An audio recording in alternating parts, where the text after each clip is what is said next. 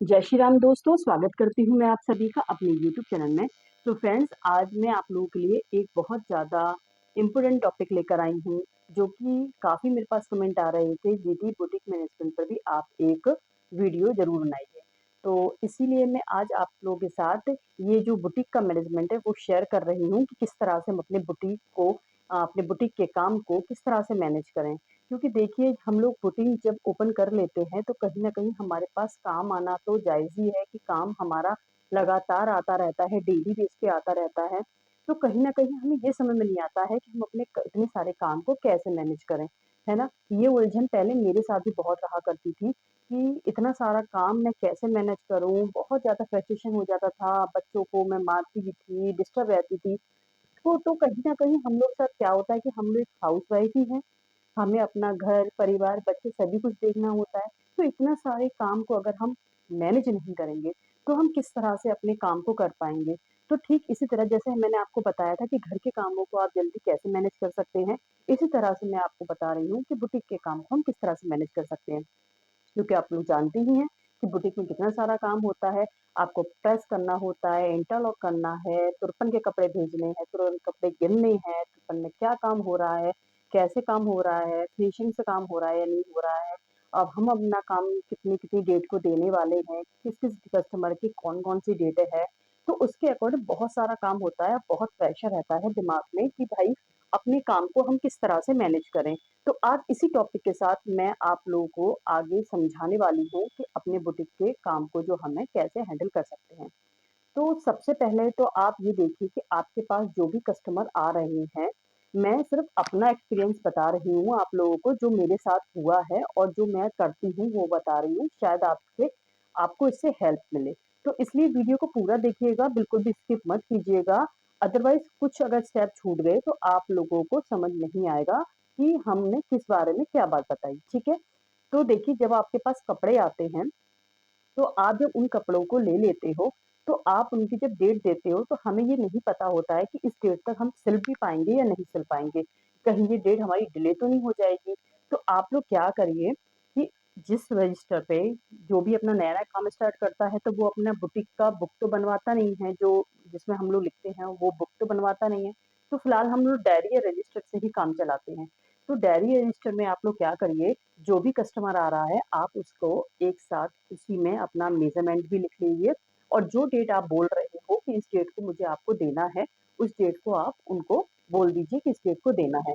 Next हमें जब अब हमारा बुटीक लास्ट में जब हम नाइट में हमें क्या करना है, हमारे जितने भी आए हैं, आपको सबसे पहले अपने काम को मैनेज करना है कि ये काम हम कितनी डेट को कैसे करके दे सकते हैं।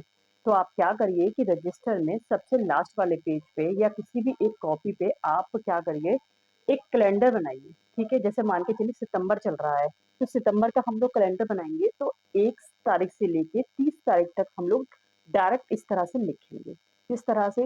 जैसे 1, 2, उसके नीचे 3, उसके नीचे 4, इस तरह से काउंटिंग जो है हमारी पूरी कैलेंडर की, क्योंकि सितंबर 30 दिन का होता है, तो इस तरह से हम 30 दिन तक अपना कैलेंडर में डेट डाल लेंगे, ठीक है? इसके बाद हमें क्या करना है, इसके बाद हमें उसके आगे उस कस्टमर का नाम लिखना है और ये लिखना है कि इस कस्टमर के कितने पीस है। मान के चलिए कि कस्टमर के 3 ब्लाउज़ हैं, तो उसका नाम रखिए जैसे कि रेखा, रेखा 3 ब्लाउज़, ठीक है? अगर इसी डेट में आपने किसी और का भी काम ले रखा है जो आपको देना है, तो आप उसमें भी इस चीज़ को मैनेज कर सकते हो कि पुष्पा 2 ब्लाउज़, है ना? हमें सिर्फ़ उस डेट में उतना ही काम लिखना है जितना कि हम 1 दिन में निपटा पाएँ। ऐसा नहीं कि उस डेट को भरते हुए जाना है। जैसे कि अगर हम हमारा जो काम करने का जो तरीका है, हम मानते हैं पूरे दिन में हम अगर 5 ब्लाउज़ स्टिच कर लेते हैं, तो हमें 4 का बेड़ा रखना है। क्योंकि देखिए कस्टमर आते-जाते रहते हैं, आपको कपड़े भी उठा के देने होते हैं, तो कहीं न कहीं ऐसा होता है कि जब हम 5 का टारगेट लेकर बैठते हैं, तो कभी-कभी हम 4 ही पूरा कर पाते हैं। तो इसलिए 1 दिन का स्पेस लेकर रखिए। तो आप उस जो डेट है, उस डेट में आप 4 ब्लाउज़ ही फिल करिए।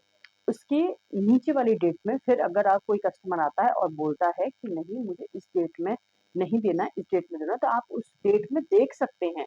आप अपनी डेट को इस तरह से ही फिल करिए, हर एक डेट को इस तरह से फिल करिए कि इसके इतने ब्लाउज हैं, इसका इतना सूट है, इसका इतना सूट है, इसका इतना सूट है। ठीक हमें सूट के साथ भी ऐसे ही करना है, अपनी डेट के सामने लिख लेना है कि हमें इतने सूट इस स्टार्ट डेट में लिए हैं, तो हम 2 सूट 3 सूट जितने भी निकालते हैं, हमें उसके आगे सिर्फ उतना ही लिखना है। इससे ज़्यादा नहीं लिखना है, क्योंकि अगर इससे ज़्यादा हम भर लेंगे उसको, तो हम कहीं न कहीं वो डेट में उतना काम नहीं कर पाएँगे जितना कि हमें उसको देना है, ठीक है? और फिर काम पेंडिंग होता जाता है, तो कस्टमर आते हैं दुकान पर, फिर वो लौटते हैं, तो उन्हें भी बुरा लगता है और हमें भी अच्छा नहीं लगता कि वो मुँह बनाकर जब जाते हैं, ठीक है? तो इस बात का ख्याल रखना है आपको। सबसे बहुत ईज़ी तरीका आपको मैं बता रही हूँ, मैं भी ऐसा ही करती हूँ, क्योंकि बुटीक के काम को जितना भी मेरे पास आते हैं, मैं एक डायरी में इसी तरह से नोट कर लेती हूँ, डेट बाय डेट मुझे जितने सिल सकती हूँ 1 दिन में, इस डेट के अकॉर्डिंग उतने ही कपड़े लिख लेती हूँ और इस तरह से ही करती हूँ। तो ये रहा आपको देने का तरीका, ठीक है? जब आप बुटीक में सबसे पहले अंदर आएँगे, उसके बाद जो आप पूजा पाठ करते हो, पूजा पाठ करने के बाद सबसे पहले आप ये काम देखिए कि आज आपको क्या चीज़ देना है, ठीक है? सबसे पहले आप उस काम को दीजिए, उस काम को करिए, क्योंकि कहीं न कहीं ऐसा होता है कि हम आकर अपने-अपने हड़बड़-हड़बड़ कामों में लग जाते हैं और जो काम हमें देना होता है, हमारा ध्यान उसकी तरफ जाता ही नहीं है। काफ़ी बार ऐसा हो जाता है कि दिमाग से निकल जाता है और हम उस चीज़ पर ध्यान नहीं दे पाते हैं। तो सबसे पहले आइए और अपना रजिस्टर उठाइए और देखिए कि आज की डेट के जो कपड़े हैं वो रेडी हैं या नहीं। क्योंकि क्या होता है, जैसे साड़ी हमारे पास आई फॉल पिको के लिए, तो हमने फॉल तो लगवा ली है किसी से या हम खुद भी लगा लेते हैं, क्योंकि कहीं न कहीं पीको अगर रह गई तो वो फिर हमारा अधूरा काम है। तो पहले उसको देखिए, है ना? ये छोटे-छोटे से काम होते हैं, हमें उनको देखना होता है, ठीक है? कहीं न कहीं ऐसा होता है जैसे हमने ब्लाउज़ पूरा कंप्लीट कर दिया और सिपन वाली को दे दिया, तो सिपन वाली ने थोड़ा-सा उसमें काम छोड़ दिया है, तो वो भी कहीं न कहीं हमें उसे कंप्लीट करना होता है। तो उस काम को देखिए आप कि सारे कपड़े ओके हैं, तैयार हैं, तो सबसे पहला काम हमारा ये है। और अगर कोई अधूरा काम डला हुआ है, तो सबसे पहले हमें उससे कंप्लीट करना है, ताकि हमारा जो कस्टमर आने वाला है, वो अपना कपड़ा लेकर जा सके, ठीक है? अगर आपके 4 चीज़ है ना, तो आप चारों को पहले उन्हीं को रेडी करिए। मैं तो ये कहती हूँ कि जब लेट नाइट आप जब जाते हो ना, अगर 4 आपको कपड़े देने होते हैं ना, तो उनकी तैयारी, उनकी प्रिपरेशन पहले करिए, बस केवल इतना काम रखिए कि बस प्रेस करा और दे दिया। ऐसा नहीं है कि देखिए दुकान है, दुकान पे कस्टमर आते-जाते ही रहते हैं। अब ये तो नहीं है, आप ये तो नहीं बोल सकते आज मत आना, कल आ जाना, कल ही, ये आपके हिसाब से नहीं चलेगा। आपने बुटीक ओपन कर रखा है, आप अपना बुटीक चला रहे हैं, तो आपको कहीं न कहीं मैनेजमेंट का ख़्याल रखना है, वरना जो आपका नाम है ना, वो जो आपका बुटीक का नाम है ना, वो खराब हो जाता है कि भाई वो कपड़े टाइम पे नहीं थी, महीने-महीने भर डाल कर रखती है। तो इस तरह से भी हमें थोड़ा सोचना होता है, ठीक है? नेक्स्ट टॉपिक मैं बात करूँगी अपने कि जब आपके जो भी कपड़े आ रहे हैं, तो कभी ऐसा हो जाता है कि हमारे पास जब सीज़न चलता है, जैसे शादियाँ का टाइम चल रहा है या करवा चौथ का टाइम चल रहा है, उस टाइम हमारे पास इतने ज़्यादा कपड़े आते हैं कि किसका नाप हमें किसमें रखना है, ये चीज़ हमें नहीं ध्यान रहती है। तो हमें क्या करना है, हमारे पास जो भी कपड़े डालने आए हैं, जैसे मान के चलिए अगर वो अपने नाप का ब्लाउज़ लेकर आया है और अपना ब्लाउज़ भी लेकर आया है, तो हमें क्या करना है, हमें उसके ब्लाउज़ में उसको जो डोरी होती है ना, उससे उसको बहुत अच्छे से लपेट देना है कि वो खुल ना सके। अगर हम उसे अपने पैकेट में डालें तो वो ओपन ना हो सके, है ना?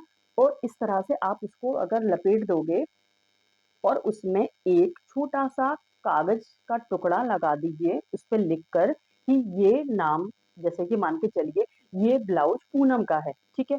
तो आप उस पे डाल दीजिए पूनम, इस तरह से, और आगे जिस जगह से जिस जिस एरिया से वो आई है, उसका भी उसमें एरिया का नाम डालिए, क्योंकि क्या होता है कि कस्टमरों के नाम भी सेम हो जाते हैं, तो कई बार हम भी कन्फ्यूज़ हो जाते हैं कि किस पूनम का ये ब्लाउज़ है ना? तो अगर आप उसमें एरिया का नाम लिख देंगे ना, तो एरिया वाइज़ हमें याद आता है कि ये उनका है, ये उनका है। क्योंकि काम इतना सारा होता है, अब हम हर एक चीज़ को तो याद रख नहीं सकते हैं। तो इस तरह से हमें इस तरह को मैनेज करना है इस चीज़ को। और जो लोग अपना नाप लेकर नहीं आते हैं, ठीक है?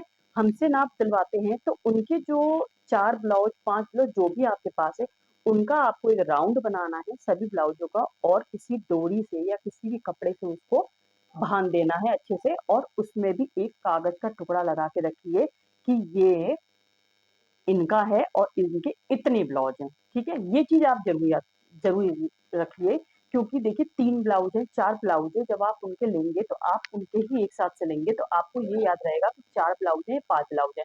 बाद में कस्टमर आपसे अगर बोलेगा ना मेरे को 5 ब्लाउज़ थे, मेरे 4 ब्लाउज़ थे, तो आप बोल सकते हो कि नहीं आपके 4 ब्लाउज़ थे, और यही काम आपको सेम रजिस्टर में भी करना है, जहाँ पर आपका अपना नाम उनका लिखते हैं, ठीक है? जहाँ पर आप उनका नाम लिख रहे हैं, मेज़रमेंट लिख रहे हैं, ये काम कहीं न कहीं थोड़ी जगह पर आपको वहाँ पर भी लिखना है कि इन जैसे कभी-कभी ऐसा होता है कि कोई हमारे पास 5 साड़ी डाल के गया और 6 ब्लाउज़ डाल के गया, है ना? अब हमारे दिमाग में तो है नहीं कितनी साड़ियाँ हैं, कितने ब्लाउज़ हैं, तो वहाँ पर आप लिख लीजिए, कोने में लिख लीजिए 5 साड़ी, 6 ब्लाउज़। जिससे कि अगर आप रेडी करोगे तो आप उनके रेडी के जो टाइम पे दोगे तो आप उन्हें काउंट करा सकते हो कि देखिए ये आपकी 5 साड़ियाँ हैं और ये आपके 6 ब्लाउज़ हैं। कभी भी ऐसा ना करें कि आपके जो भी कस्टमर आ रहे हैं, आप उन्हें काउंटिंग करके अगर नहीं देंगे, तो कहीं न कहीं वो आप पे क्लेम भी कर सकते हैं इस बात का कि आपने उनके कपड़े खो दिए, ठीक है ना? तो इस तरह से हमें काम नहीं करना है। अपने काम को प्रॉपर अगर आप तरीके से करेंगे, तो ज़्यादा बेनिफिट रहेगा आपको भी और कस्टमर को भी क्योंकि कस्टमर सिर्फ़ आप पर ही अपनी गलती थोपेगा। बहुत से कस्टमर ऐसे होते हैं जो कुछ कामों में ही सैटिस्फाई हो जाते हैं और बहुत से लोग ऐसे होते हैं जो आप कितना भी अच्छा फिनिशिंग से काम करके दे दें, वो लोग को पसंद नहीं आता, वो कहीं न कहीं कमी निकालते ही हैं, ठीक है? तो थोड़ा कस्टमर को भी हमें संतुष्ट करना होता है, तो हमें इस बात का ख़्याल रखना है कि उनके जो कपड़े हैं, उनके जो तरीके से हमें जो देना होता है, तो वो चीज़ का आपको थोड़ा-सा ख़्याल रखना होगा। इससे आपके कपड़े कभी खोएँगे नहीं और कोई भी कपड़ा आपका इधर से उधर नहीं जाएगा अगर आप इस तरह से मैनेज करते हो तो। इसके बाद जब आप ब्लाउज़ वग़ैरह स्टिच कर लेते हैं, तो जो उनका ब्लाउज़ का नाप खुद का होता है ना, कभी-कभी ये भी गड़बड़ हो जाता है कि हमने लेके ब्लाउज़ जब सिलने बैठे तो वो ब्लाउज़ का मेज़रमेंट लेने के बाद उसे अलग उठाकर रख दिया। लेकिन ये समझ में नहीं आता कि ये किसका ब्लाउज़ था, हमें कैसे मैनेज करना है, ठीक है? तो इसलिए हम नहीं देख पाते हैं कि किसका ब्लाउज़ है, क्या करना है हमें। तो आप क्या करिए जब आप ब्लाउज़ स्टिच करने बैठेंगे ना, जब आप काटेंगे, जब उसकी कटिंग करने आप बैठेंगे तो आप क्या करेंगे, आप उसमें से छोटा-सा टुकड़ा जो कपड़े का, जो ब्लाउज़ का है, वो उस पे स्टेपलर कर देंगे। जो बना हुआ ब्लाउज़ जो नाप का ब्लाउज़ है, उस पर आप लोग स्टेपलर कर देंगे, ताकि हमें ये याद रहे कि ये इस कस्टमर का ब्लाउज़ है और हम उठा के उसे फटाफट दे दें, ठीक है? तो इस बात को भी आपको देखना है और आपको जो तुरंत आपके जो कपड़े आए हैं, आप उनको क्या करोगे जो भी आपके पास कपड़े आए हैं, आप उनको तुरंत काउंट करोगे और जो भी आपका पेमेंट है, आप उनको क्लियर करके बता दोगे। बाद में कोई टेंशनबाज़ी नहीं होनी चाहिए कि कस्टमर आया और कस्टमर ने बोला कि भाई मेरे इतने ब्लाउज़ में इतने पैसे कैसे हो गए? तो आप उन्हें पहले ही क्लियर कर दीजिए कि आपने ये बताया हुआ है, तो मैं ये काम इसमें करूँगी तो इतना-इतना चार्ज आपका लगेगा। जैसे कुछ कस्टमर तो ऐसे भी होते हैं कि बोलते हैं कि दीदी मेरा ब्लाउज़ बना दीजिएगा। आपने बोला ठीक है, बन जाएगा ब्लाउज़। तो वो बोल देते हैं फिर ऐसा करिएगा उसमें पीछे से पीछे वाले गले पे आप लेस लगा लीजिएगा और बाजू पे भी लेस लगा दीजिएगा। हमने बोला ठीक है कोई बात नहीं है, हम लगा देंगे। इसके बाद बोलते पीछे 3-3 जो लटकन होते हैं आप उस तरह से भी उसको लगा दीजिएगा, कर दीजिएगा। हम बोले ठीक है, कर देंगे। अब बोलते हैं अच्छा ऐसा करिएगा पीछे कोई शेप दे दीजिएगा। अब इतना सारा जब उसने काम बताया हुआ है, तो जो हम इसमें इतना सारा काम करेंगे तो हमारा ये काम जो वो नॉर्मल ब्लाउज़ आप जानते हो कितनी जल्दी हम सिल लेते हैं। अब फिर ये सब काम करेंगे तो उसमें टाइम तो लगता है ना, जब टाइम लगेगा तो टाइम का तो पैसा लेंगे ना, जो उसमें चीज़ें लगेंगी, लेस वगैरह लगेगी, जो भी चीज़ लगेगी, हम उसका तो पैसा लेंगे ना। देखिए कस्टमर क्या बोलता है, "अरे दीदी, सिंपल तो ही ब्लाउज़ था, इतना ईज़ी मतलब हमने कोई डिज़ाइन वगैरह तो डलवाई नहीं है।" वो डिज़ाइन नहीं है तो फिर आप अपने मुँह से क्यों बोल कर गए हो कि हमारा ये पीछे डिज़ाइन कर दीजिएगा, ये कर दीजिएगा, वो कर दीजिएगा, तो आप ऐसा फिर क्यों बोल के गए हो, है ना? तो आप इस चीज़ को भी थोड़ा-सा क्लियर करके रखिए कि आप जिस चीज़ को आप बना रहे हो, जो चीज़ कस्टमर बोल रहा है, उसके बाद उसको उसका चार्ज भी बताइए। अदरवाइज़ क्या होगा अगर आप चार्ज नहीं बताओगे तो वो आके फिर चिकचिकबाज़ी करेगा, "अरे! मेरा सिंपल ब्लाउज़ था, ₹200 का सिलता है, आप 250 क्यों ले रहे हो? आप इतना क्यों माँग रहे हो?" तो इन चीज़ों का भी थोड़ा हमें ख़्याल रखना होता है क्योंकि देखिए, हम अपना काम करने बैठे हुए हैं, हम किसी से झगड़ा करने नहीं बैठे हुए हैं। अगर हम यहाँ पर दिन भर काम करने के बाद ऐसे कस्टमर से माथापच्ची करेंगे, तो हमारा कहीं न कहीं काम में भी डिस्टर्बेंस होगा और कहीं न कहीं हम अपना काम को भी मैनेज नहीं कर पाएँगे। तो ये सारी छोटी-छोटी सी जो टिप्स हैं, आपको बस फ़ॉलो करनी है और अपने बुटीक के काम को बहुत तरीके से करना है। अगर आपके कारीगर वग़ैरह लगा रखे हैं आपने, तो प्रॉपर आप लोग उनकी फिटिंग को चेक करिए, उनके काम को चेक करिए, अगर तुरपन वाली है, आई वाली, हुक-आई वाली है, तो आप उनके काम को भी चेक करिए। क्या काफ़ी बार ऐसा होता है कि जो सबसे ज़्यादा प्रॉब्लम आती है लेडीज़ की, कि यहाँ हुक की प्रॉब्लम आती है। वो क्या होते हैं कभी-कभी थोड़ा-सा दूर लग जाते हैं या कभी-कभी पीछे लग जाते हैं, तो वो हुक के जो मुँह है वो मतलब खुला हुआ ऐसा दिखाई देता है, तो कभी न कभी कस्टमर इस पे भी गुस्सा करता है। तो ये जो छोटे-छोटे से काम काम है, हमें इनको भी देखना है, कारीगर जब कपड़े लेकर आए, उनकी फिटिंग को भी हमें प्रॉपर चेक करना है, क्योंकि देखिए हमारा काम ये है कि हम अपने कस्टमर को सैटिस्फाई करें और अपने कस्टमर को बेहतरीन चीज़ें दें और बहुत तसल्ली के साथ वो खुश होकर जाएँ। क्योंकि अगर हम ऐसा नहीं करते हैं, तो कहीं न कहीं हमारा बुटीक भी का नाम भी खराब होता है, हमारा नाम भी खराब होता है और हमारे काम पर भी असर आता है। तो हमें अपने काम को बहुत अच्छे से करना है, मेहनत के साथ करना है, क्योंकि हम किसी का जब पैसा ले रहे हैं, तो हमें काम भी उसको अच्छा करके ही देना होता है। कस्टमर खुश होकर जाता है, तो वो 2-4 और भी लेकर आता है। ये बात आप लोग ध्यान से समझ लीजिए कि अगर आप अपने कस्टमर को संतुष्ट करोगे, तो आप वो कस्टमर 4 और लेकर आएगा। क्योंकि मेरे साथ तो ऐसा काफ़ी बार हुआ है कि मुझे उन दीदी ने बताया, मुझे उन दीदी ने बताया। ऐसे-ऐसे करके एक जो चेन होती है ना, वो जुड़ती जाती है हमारे साथ।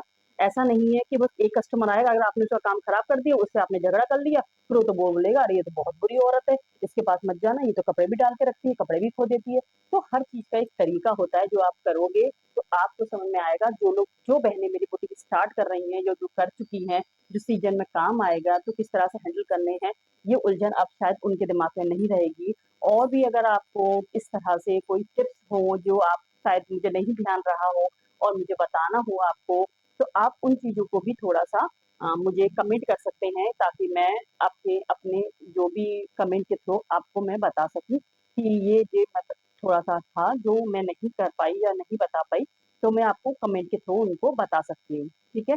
बाकी आपके जो कपड़े आते हैं, उनके जो अस्तर हैं, रील हैं, किस-किस के कितने लाने हैं, कितने नहीं, आपको अगर इस तरह से भी लाने हैं, हाँ, ये चीज़ मैंने थोड़ा-सा और बताना चाहूँगी कि जो भी ब्लाउज़ आते हैं या जो भी सूट आता है हमारे पास, आप क्या करिए, उनके जो अस्तर जितने लाने हैं ना, आप लेकर आते हो या आपके हस्बैंड लेकर आते हैं या घर में जो भी पर्सन लेकर आता है, एक कागज़ लीजिए प्लेन, आप प्लेन कागज़ पे थोड़े-थोड़े से जो ब्लाउज़ के वो हैं टुकड़े, यहाँ-यहाँ स्टेपलर कर दीजिए और सामने लिख दीजिए कि 80 सेंटीमीटर या 85 सेंटीमीटर या फिर इसकी फॉल भी आएगी, इसकी रील भी आएगी और इसका इतना सेंटीमीटर अस्तर आएगा।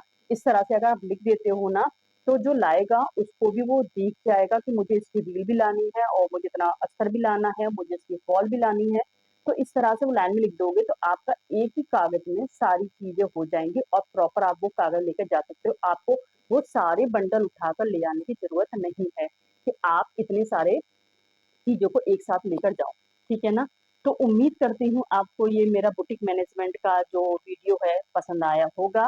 तो आज के लिए बस इतना ही, वीडियो को ज़्यादा लॉन्ग नहीं करते हैं। तो मिलते हैं नेक्स्ट वीडियो में और नेक्स्ट टॉपिक के साथ, तब तक के लिए बाय बाय।